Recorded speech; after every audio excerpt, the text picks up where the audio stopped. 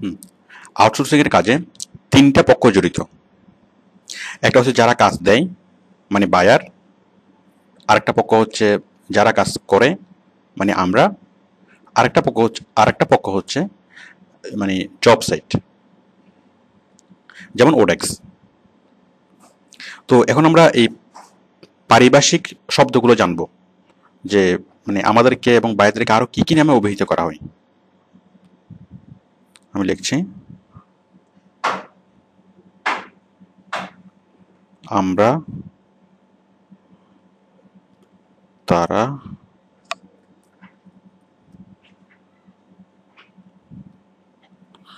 আর হচ্ছে তাহারা।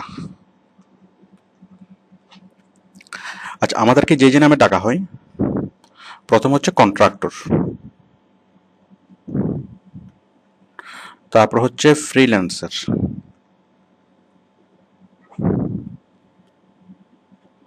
তারপর হচ্ছে কোডার।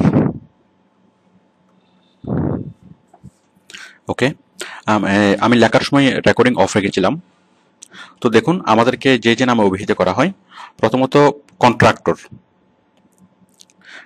তারপর হচ্ছে ফ্রিল্যান্সার, কোডার, এমপ্লয়ি এবং সার্ভিস প্রোভাইডার। আর বায়ারদেরকে যে যে নামে অভিহিত করা হয়, ক্লায়েন্ট, বায়ার এবং এমপ্লয়ার।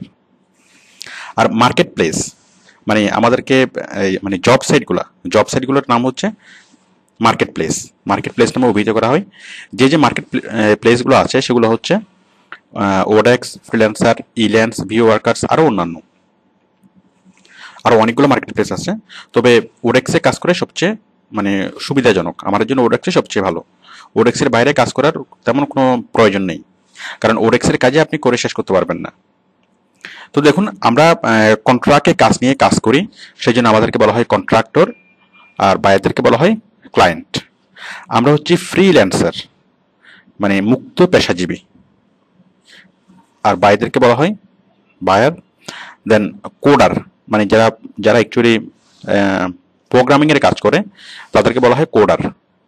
তো কোডার শব্দটি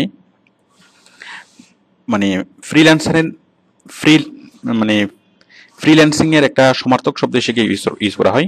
ফ্রিল্যান্সারের একটা সমার্থক শব্দ। তো কোডারের বিপরীত হচ্ছে এমপ্লয়ার। আমরা হচ্ছে এমপ্লয়ি, আর যারা কাজ দেয় তারা হচ্ছে এমপ্লয়ার। আমরা হচ্ছে সার্ভিস প্রোভাইডার, আর তারা হচ্ছে আমাদের ক্লায়েন্ট। তো আশা করি বিষয়টি বুঝতে পেরেছেন। আর মার্কেট প্লেস মানে আউটসোর্সিং এর জব সাইট।